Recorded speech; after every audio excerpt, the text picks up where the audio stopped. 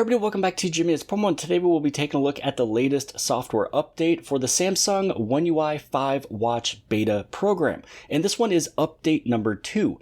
Now, the Watch Beta program was pushed off about a month ago, and then on June 24th was the first update, and that was supposed to kind of help with some sluggish things. Even though it was still very slow after that initial little update right there, this one did help with the sluggishness. I was able to turn it off, turn it right back on. The only thing that took a couple minutes to load was my weather, and that's just a widget, so it kind of just depends on which watch face you use, if you'll have a little bit of sluggishness at the very beginning.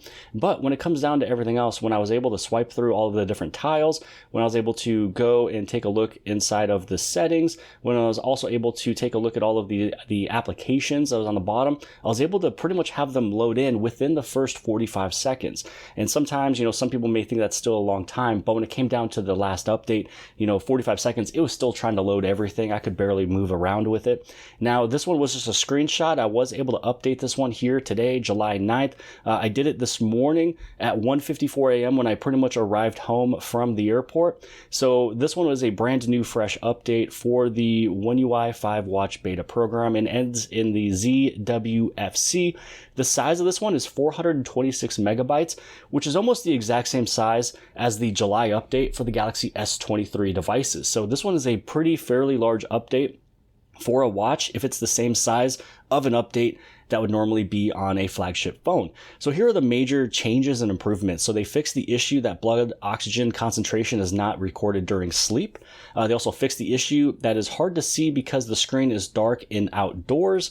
They also modified not to display blood pressure tile, and then some improvements to battery sudden discharge issues and improved boot speed partially. So as I was mentioning from before, mine was having that boot load speed. It was very, very slow, that big issue. And then also too, the discharge issues. I never had an issue with my battery. This thing was up with me in the mountains. I only had to charge it once halfway through the trip, and I was still perfectly fine when I was, going there, coming back. So I never had any issues when it came down to the battery. So this is just a larger, view of what I took a screenshot of. Now, one thing that I do want to share is that if you still want to try and join in on this beta program for the watch, this one is basically version 3. You had the original release, then you had update 1, and then now you have update 2. You just want to go inside of your Samsung members application. You want to make sure you have the latest version, and then you want to swipe on those banners on the top. And on the very top, you can still see it sitting here. So I believe it may still be open. If you try to Google the One UI 5 Watch Beta program, you might notice that it says closed, but that was for Android 13. That was for the past one. So this one still looks like it's open. This is for the Watch 4, Watch 4 Classic, or the Watch 5, Watch 5 Pro. Whichever one you own, that is the little banner you want to tap on. If you want to learn how to actually, go step by step with this, because not only do you have to join it, you also have to update it. And then you also have to update some of the latest plugins as well. The Watch 5 Manager, Samsung Health download. You want to also join the beta community. So basically, I do have a original video inside the description if you guys would like to watch step by step on how to join. So this one is basically version 3 now. If you own any of these different watches here, the Watch 4, Watch 4 Classic, Watch 5, Watch 5 Pro, then you can join in on the One UI 5 Watch Beta program. So additionally, if you do want to join in on this one, this is probably a good time to do it. The initial release was a little buggy, was a little slow. After the first update, which was around June 24th, that one was also still a little slow, but only again on boot up. With this one, I'm not really having any issues just yet, even though I just put it on this morning. I did turn it off to turn it back on to see the boot screen, and it did help substantially. But the only time that you'll ever run into that problem is going to be if you were to turn off your phone or turn off your watch consistently. Most people don't even turn their watch off once a month, so you're never going to run into that issue. It's only on boot up. But they did actually, fix that quite a bit. So here are some of the tiles. You have this calm tile, so you can see that orange dot, which means that it is new, or at least something new or new version. You also have your clocks, your contacts. Here's your keep notes. If you have the keep notes, this one's just for a single note option. And then you also have maps, and there is tiles that I have already set up. Any of the tiles you don't use is all sitting right here. So here's your Outlook, here's your blood oxygen level. So everything with Samsung Health is sitting here that I am currently not using.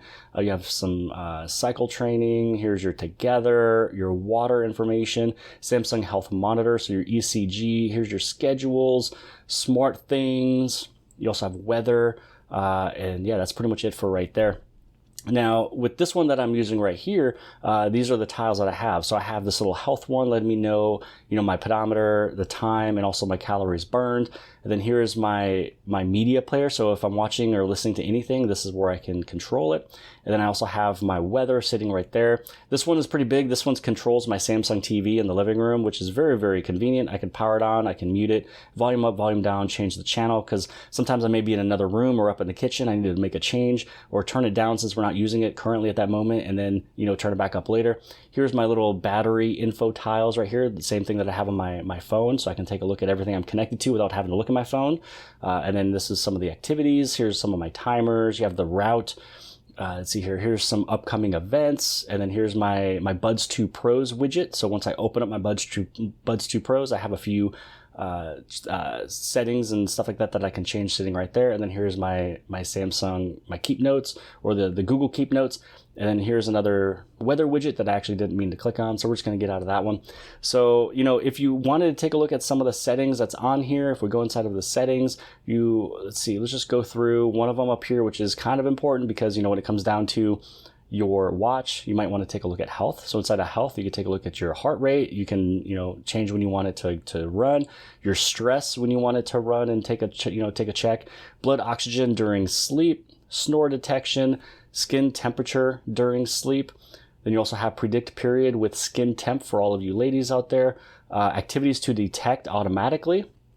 Then you also have inactive time. So if you want to get a little alert of inactivity during these times, during those days, that's where you can set it up. Make visible to other devices, share data with devices and services.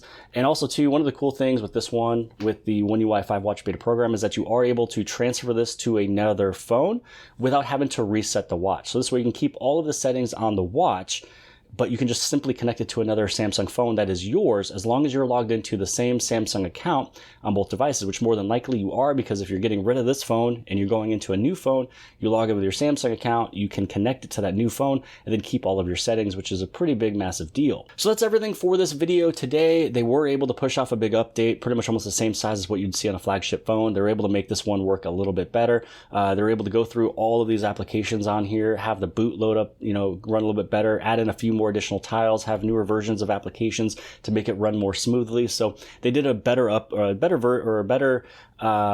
on this update here for update number 2, which is pretty much version 3, because this is the second update after the initial release. So good job, Samsung, on making this one work a little bit better. This was everything that was new for the Watch 5 beta program. Hopefully you guys appreciated this video. If you did, give it a big thumbs up. Don't forget to hit subscribe on the very bottom left-hand side. And if you like this video, then more than likely you'll also like this video. And I'll see you guys later.